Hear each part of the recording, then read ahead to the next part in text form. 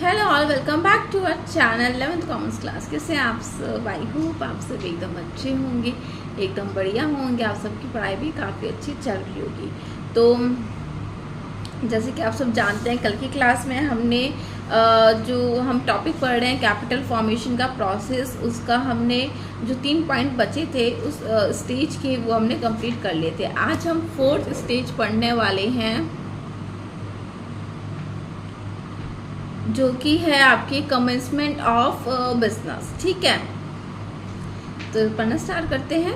After obtaining the minimum amount of subscription through the issue of share, a public company applies to registrar of companies for the issue of certificate for the commencement of business. देखो, जब आपको minimum amount receive हो जाता है as a subscription, ठीक है ना, with the help of issuing of shares, ठीक है ना, यानी कि आपको जब ये minimum amount of subscription receive हो जाता है, जब आपने शेयर इशू किए थे, शेयर इशू करने की मदद से आपको जब मिनिमम सब्सक्रिप्शन अमाउंट रिसीव हो जाता है, तो यहाँ पे अब जो पब्लिक कंपनी होती है वो रजिस्ट्रार जो होते हैं कंपनीज के, उनके पास अप्लाई करते हैं कि वो हमें जो सर्टिफिकेट है कमेंसमेंट ऑफ बिजनेस का वो हमें इशू करते हैं, मतलब देते हैं वो हमें।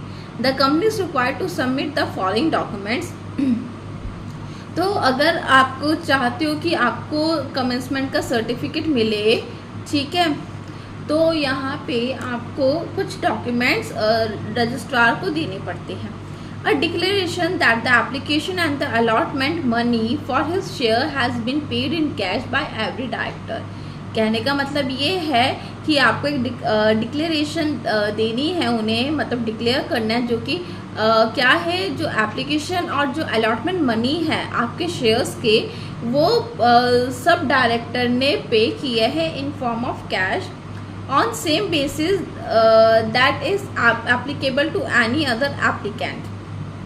ठीक है, और जिसने भी आपको मतलब पैसे दिए हैं अलॉटमेंट मनी के, वो आपको कैश के बेसिस पे दिए हैं। A declaration that applicants will not be liable to pay any money in case the company fails to apply और obtain permission to deal in securities और एनी स्टॉक एक्सचेंज। ठीक है, और एक और डिक्लेरेशन देनी है कि जो एप्लीकेंट्स हैं वो बिल्कुल भी लाइबल नहीं है कोई सा भी पैसा देने के लिए कैश में, ठीक है ना, मतलब कोई भी पैसा देने के लिए किस केस में, अगर कंपनी फेल हो जाती है अप्लाई करने में और वो फेल हो गई है परमिशन को ऑब्टेन करने में टू डील इन सिक्योरिटी।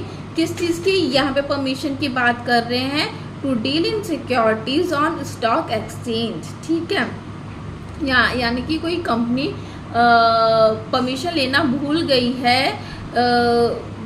किस चीज़ के लिए वो परमिशन लेना भूल गई कि वो सिक्योरिटी में डील, मतलब वो डील करना चाहते थे लेकिन वो डील नहीं कर पाए, वो फेल हो गए या वो परमिशन लेना भूल गई, इस वाले केस में। ठीक है ना।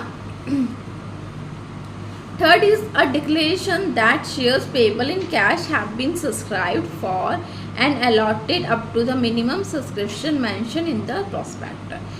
वही डिक्लेरेशन आपको देनी है फिर से कि जो शेयर्स हैं वो सारे कैश में हमें रिसीव हो गया, मतलब उन सब का कैश रिसीव हो गया है, ठीक है ना, जितने के लिए सब्सक्राइब हमने किया था। And allotted up to the minimum subscription, और हमें मिनिमम सब्सक्रिप्शन मिल गया है, ठीक है ना, हमें मिनिमम सब्सक्रिप्शन मिल गया है जो भी हमने अपने प्रोस्पेक्टस में मेंशन किया था। Last, a statutory declaration duly signed by a director और secretary of the company that the above requirement have been compiled with. तो यहाँ पे एक स्टैट्यूटरी डिक्लेरेशन भी देनी होती है जो कि साइन की हुई होती है, और उसको साइन कौन करता है? या तो डायरेक्टर या सेक्रेटरी कंपनी का, ठीक है। और डिक्लेरेशन किस चीज़ के बारे में है? That the above requirement had been compiled with, कि मतलब ये सारी रिक्वायरमेंट फुलफिल्ड हो चुकी है, और इनके साथ हम आपको कह रहे हैं, डॉक्यूमेंट के साथ हम आपसे ये कह रहे हैं कि हमें इशू करके दे दो हमारा कमेंसमेंट सर्टिफिकेट।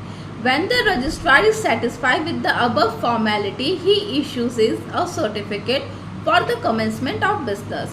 जब यहाँ पे रजिस्ट्रार को लगता है कि हाँ इन लोगों ने सारी फॉर्मेलिटीज़ फुलफिल कर दी है और वो रजिस्ट्रार इन सब फॉर्मेलिटी से सेटिस्फाई हो चुका है, तो वो यहाँ पे इशू करता है, यानी कि उनको क्या देता है, certificate for the commencement of business.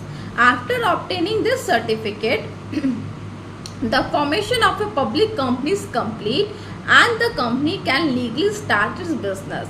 इसके बाद जब पब्लिक कंपनी को कमेंसमेंट का सर्टिफिकेट मिल जाता है तो वो यहाँ पे अपना बिजनेस लीगली स्टार्ट कर सकता है, ठीक है।